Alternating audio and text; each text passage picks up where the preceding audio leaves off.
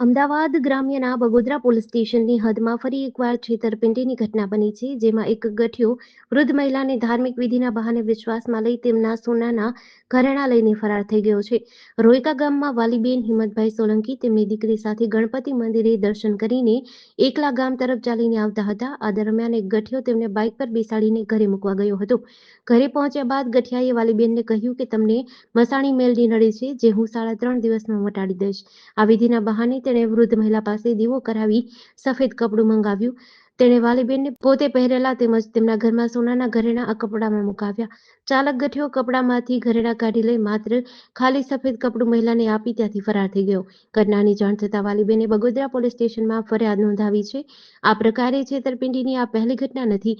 અગાઉ પણ બગોદરા, સરલા, મીઠાપુર ગામે પણ આ જ રીતે 2 મહિલાઓને નિશાન બનાવી એક ગઠિયો ઘરેણાં લઈને ફરાર થઈ ગયો છે.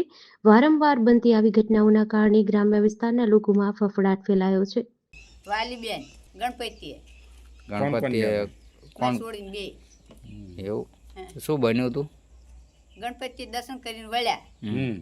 પછી એ મને અહીંયા ઉતારી અને ઈ જઈ ધોળકા અને કે બાદ જતી રહી ગઈ.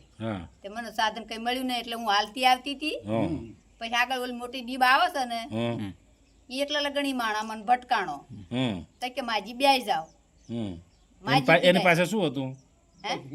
બાઈક હતું? શું હતું? બાઈક હતું. પછી મને એક બેહાડે પછી મને મારો બેટો પૂછવા માંડ્યો તો કે તમને મહણી મેલડી નડશે, હું 3.5 દીમાં તમને મટાડી દઈશ એવું એને કીધું. બરાબર.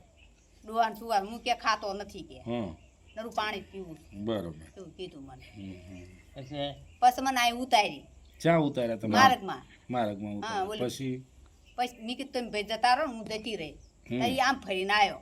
હમ પાછો મને બેહાઈ જાવ મને કે હા તમારે કલગન મેં કીધું કે તમારે હલાશે નહીં. હા હા આ ખર્ચી વાંકેલી હતી પછી આ ડોહા એવું કાઢી હા તો સીધા ઘરમાં જઈને બેસી ગયો અને આ ડોહા બેઠા હતા. હા પછી મને કે તોળું લુગડું લાવો. એ પછી આમ આમ કરવા માંડ્યો. આમ એને આમ કર્યું. એ ગમે એ કર્યું હોય પછી ડોહાન માથે આમ કર્યું એને. એ ગમે એ કર્યું હોય પછી મને કે તમે તોળું લુગડું ગોઈતા આવો. તે મને તોળું લુગડું લેવા મેકલી. પછી તો ગાંઠું વાળવા માંડ્યો. પછી મને કે તમે દીવો કરો કે દીવો લાવીને અહીં કરો કે મેં અને પછી કે તમે અહીં ઘરખતો આંટો મારો કે મને એવું કીધું. મેં દીવો કર્યો તાર તો હું વળીને આવી તાર ડોવાની વીંટીઓ કાઢી લીધી. એવું કર્યું. તારી નીકળી ગયો બારો. પછી ગાંઠું વાળી અને મને કે આ રહ્યું ને આ પોટલી તમારે છોડવાની નહીં, પટારામાં મેલજો મને કે. તે પટારા મેલી ખૂણામાં.